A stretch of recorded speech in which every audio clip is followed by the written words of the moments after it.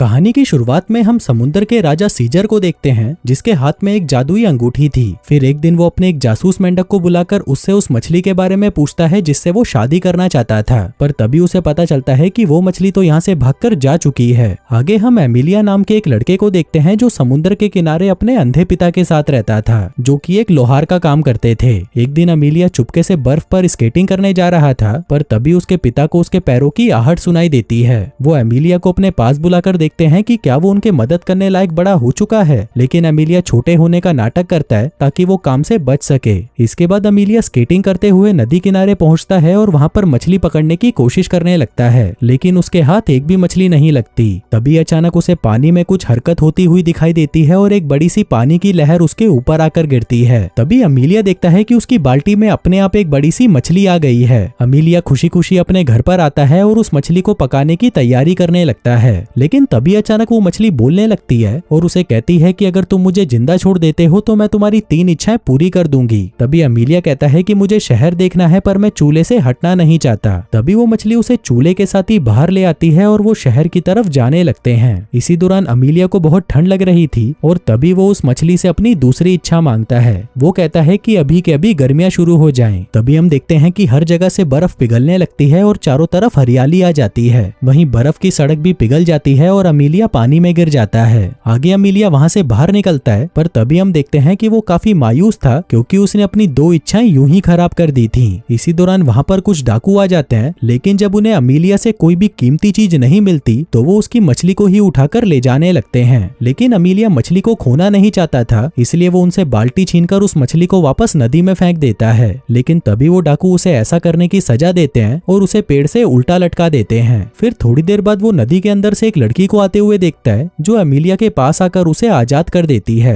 Emilia भागकर उस मछली को देखने के लिए नदी के पास आता है, लेकिन उसे वो मछली कहीं नहीं दिखती। तभी वो लड़की उसे अपना नाम विसिलिसा बताती है। अब उसकी आवाज सुनते ही एमिलिया समझ जाता है कि ये वही मछली है। तभी वो विसिलिसा का स्कार्फ चुरा लेता है ताकि वो वहां से जा ना सके। तभी वो उससे अपनी तीसरी इच्छा मांगता है और कहता है कि मुझे रशिया के राजा जार की बेटी अनीसा से शादी करनी है। उधर शाही महल में हम राजकुमारी अनीसा को देखते हैं, जो इंग्लैंड के राजकुमार लॉर्ड रॉथमैन के साथ होती है। वहीं रॉथमैन उसे कई तरह के बेशकीमती तोहफे देकर इम्प्रेस करने की कोशिश कर रहा था। आगे वो राजकुमारी को एक ऐसा बाजा दिखाता है जिसे अंदर से तो एक बौना आदमी बजा रहा था, पर वहीं बाहर सबको लगता है कि ये अपने आप बजता है। उधर एमिलिया और विसिलिसा भी राजा के महल पहुंच जाते हैं और छुपकर उनकी बातें सुनने लगते हैं। वहीं राजा जार रॉथमैन से कह रहा था कि तुम्हारा ये बाजा तो कुछ भी नहीं, हमारे पास एक ऐसी बिल्ली है जिसका गाना सुनकर लोग अपने आप ही नाचने लगते हैं। अब ये सुनकर रॉथमैन कहता है फिर तो मैं भी ऐसी बिल्ली देखना चाहूंगा। तभी अचानक एमिलिया वहां पर आ जाता है और कहता है कि मैं इस बिल्ली को ढूंढकर ला सकता हूँ, लेकिन बदले में राजकुमारी अनीसा को मुझसे शादी करनी होगी। अब ये सुनकर राजकुमारी कहती है कि तुम सभी लोग मेरे ही पीछे क्यों पड़े हो, पर एमिलिया की बहादुरी देखकर राजा बहुत खुश होता है और उसकी ये शर्त मान लेता है। आगे एमिलिया उस बिल्ली की खोज में निकल पड़ता है, पर तभी विसिलिसा उसे समझाती है कि उस बिल्ली को पकड़ पाना बहुत मुश्किल है, क्योंकि जब भी तुम उस बिल्ली के पास जाओगे वो तुमसे तुम्हारे गाने की चॉइस पूछेगी।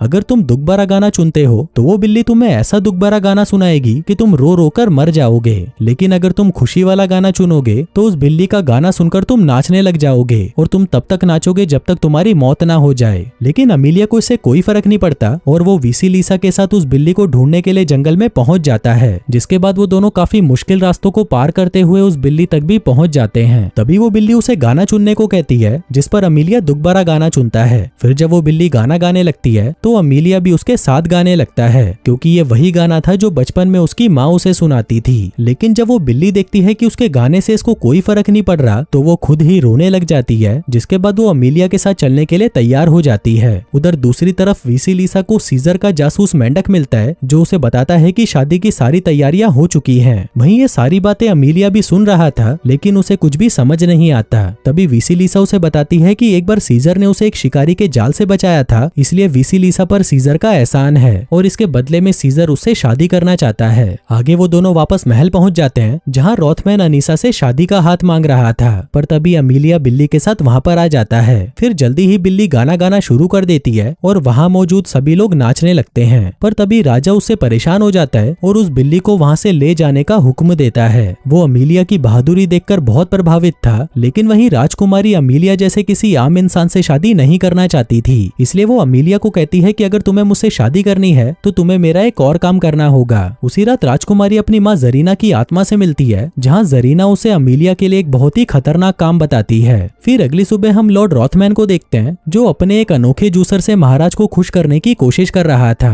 दरअसल उसके अंदर भी एक बौना आदमी था जो फलों और सब्जियों का जूस बनाकर बाहर निकालता था। इसी दौरान अनीसा वहाँ पर आती है और कहती है कि मुझे एक ऐसा जादुई कपड़ा चाहिए जिसको टेबल पर रखते ही उसमें अपने आप खाने की चीजें आ जाती हैं। जिसके बाद राजा अमीलिया को वहाँ पर बुलाता है और उसे कपड़ा ढूंढने का काम दे देता है। जिसके बाद अमीलिया और विसिलिसा उस कपड़े की तलाश में निकल पड़ते हैं। तभी रास्ते में विसिलिसा उसे बताती है कि ये कपड़ा दो भाइयों के पास है जिनसे ये छीन पाना लगभग नामुमकिन है। आगे ये दोनों एक झोपड़ी में रुकते हैं, जहाँ पर एक बूढ़ा आदमी उन दोनों को कुछ खाना देते हुए कहता है कि इस बार की फसल अच्छी नहीं हुई, इसलिए मैं आपको खाने में ज्यादा कुछ नहीं दे सकता। ये सुनकर अमीलिया को बहुत बुरा लगता है, पर विसिलिसा उस आदमी और उसकी पत्नी को एक साथ खुश देखकर कहती है कि ये दोनों एकदम सुई और धागे की तरह हैं, जो हमेशा एक दूसरे को पूरा करते हैं। आगे काफी देर चलने पर वो दोनों पत्थरों के शहर में पहुंच जाते हैं, जहाँ पर दो मोटे भाई लगातार खाते जा रहे थे। वो दोनों खा खा कर अपनी जिंदगी से परेशान हो चुके थे, इसलिए वो चाहते थे कि कोई आकर उनसे ये कपड़ा ले जाए। तभी अमीलिया उनके पास आकर उनसे वो कपड़ा चुराने लगता है, पर तभी वो दोनों भाई उस पर नारियल मारकर उसे बेहोश कर देते हैं। इसी दौरान विसिलिसा वहाँ पर आकर उन्हें उनकी शक्ल पानी में दिखाती है, जहाँ पर अपने आप को ऐसी हालत में देखकर वो दोनों मायूस हो जाते हैं, क्योंकि इससे पहले वो दोनों बहादुर सिपाही थे जिन्होंने टर्की के सुल्तान से भी मुकाबला किया था। लेकिन अब वो दोनों इतने मोटे हो चुके थे कि चलकर यहाँ से बाहर तक नहीं जा सकते थे। आगे वो विसिलिसा को वो कपड़ा ले जाने देते हैं, पर तभी अचानक उनका मन बदल जाता है। लेकिन तब तक विसिलिसा, अमीलिया और वो कपड़ा दोनों को लेकर वहाँ से निकल चुकी थी। आगे जब अमीलिया को होश आता है तो वो अपनी होने वाली पत्नी अनीसा के बारे में सोच सोचकर बहुत खुश होता है, पर तभी विसिलिसा उसे समझाती है कि वो राजकुमारी तुम्हें जान से मारना चाहती है और तुम उसके प्यार में पागल हो रखे हो। लेकिन अमीलिया उसकी बातों पर ज्यादा ध्यान नहीं देता।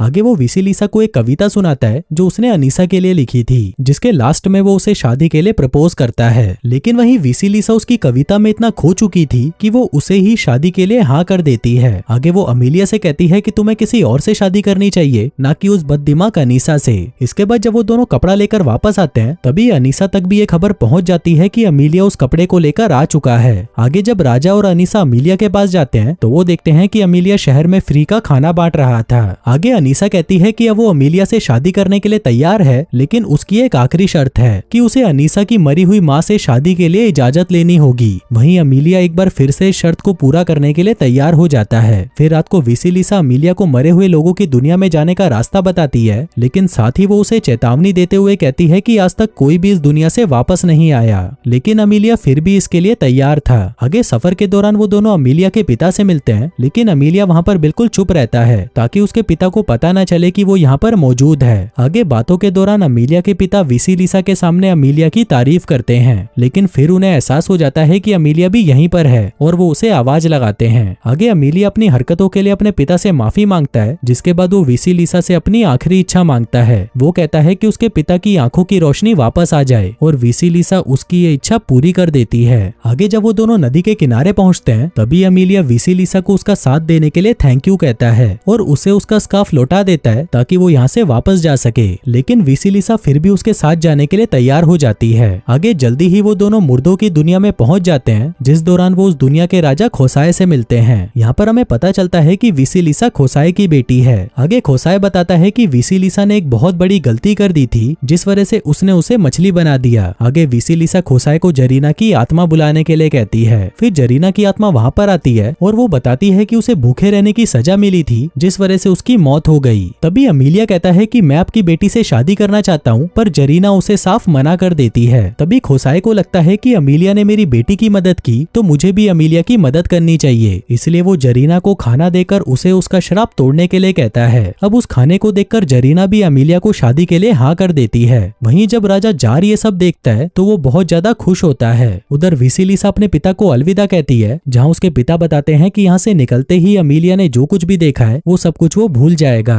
अब ये सुनकर विसिलिसा दुखी हो जाती है, लेकिन फिर वो अमीलिया की तरफ देखकर मुस्कुराने लगती है। फिर अगली सुबह जैसे ही अमीलिया की आंख खुलती है तो वो विसिलिसा को भूल चुका होता है। वो किनारे पर आते ही वहाँ से भाग जाता है और विसिलिसा फिर से मछली बनकर समुद्र में चली जाती है। आगे अमीलिया अनीसा के पास आता है, लेकिन वो उसे कहता है कि अब मैं किसी और से प्यार करता हूँ, लेकिन मुझे ये याद नहीं कि आखिर वो है कौन। अब ये सुनते ही अनीसा उसे गिरफ्तार करवा लेती है, जिसके बाद उसे चौराहे पर बांधकर ऐलान किया जाता है कि उसने जो भी ये सब काम किए किए हैं वो सब काम इसने जादू की मदद से किए हैं, इसलिए राजकुमारी अनीसा को धोखा देने के जुर्म में उसे मौत की सजा दी जाती है। अब ये सुनते ही राजा जार निराश होकर वहाँ से चला जाता है। वहीं अपने आखिरी समय में अमीलिया अपने बचपन और अपने पिता के साथ बिताए हुए पलों को याद करता है, लेकिन तभी एक बार फिर से वहाँ पर वेसिलिसा आ जाती है और अनीसा से कहती है कि अगर तुम अमीलिया को आजाद कर दोगी तो मैं तुम्हारी कोई भी 3 इच्छाएं पूरी कर दूंगी, जिस पर अनीसा भी खुशी खुशी ये शर्त मान जाती है। आगे अनीसा अपनी पहली इच्छा मांगती है और खुद को रानी बना देती है, जिसके बाद वो अपने पिता जार से उनका ताज छीनकर उनको जेल में बंद करा देती है। जिसके बाद वो अपनी दूसरी इच्छा मांगती है कि वो इंग्लैंड के राजा की पत्नी बने, और तभी हम देखते हैं कि वहाँ पर इंग्लैंड के राजदूत उसके लिए शादी का प्रस्ताव लेकर आते हैं। वहीं पर हम अमीलिया को देखते हैं जो कि उस इंसान को याद करने की कोशिश कर रहा था जिससे उसे प्यार हुआ है। तभी उसके पिता सुई और धागे की बात करते हैं, जिसे सुनते ही उसे सब कुछ याद आ जाता है कि वो वेसिलिसा से ही प्यार करता है। आगे वो तुरंत शहर की तरफ निकल जाता है जहाँ पर उसके पिता और वो दोनों भाई भी उसके साथ आते हैं। फिर वो चारों मिलकर उस महल का दरवाजा तोड़ देते हैं और वहाँ पर अमीलिया वेसिलिसा को ढूंढने लगता है। वहीं वेसिलिसा को तो यकीन ही नहीं हो रहा था कि अमीलिया ने उसे कैसे पहचाना, पर तभी अनीसा वहाँ पर आती है और उसे कहती है कि मैं भी वेसिलिसा की तरह जादूगरनी बनना चाहती हूँ। लेकिन तभी वेसिलिसा उसकी ये तीसरी इच्छा समझकर उसे पूरा कर देती है, जिसके बाद अनीसा अचानक से एक मछली बन जाती है। आगे उसे एहसास होता है कि उसकी ये शक्तियाँ किसी काम की नहीं, क्योंकि वो सिर्फ दूसरों की ही इच्छाएं पूरी कर सकती थी।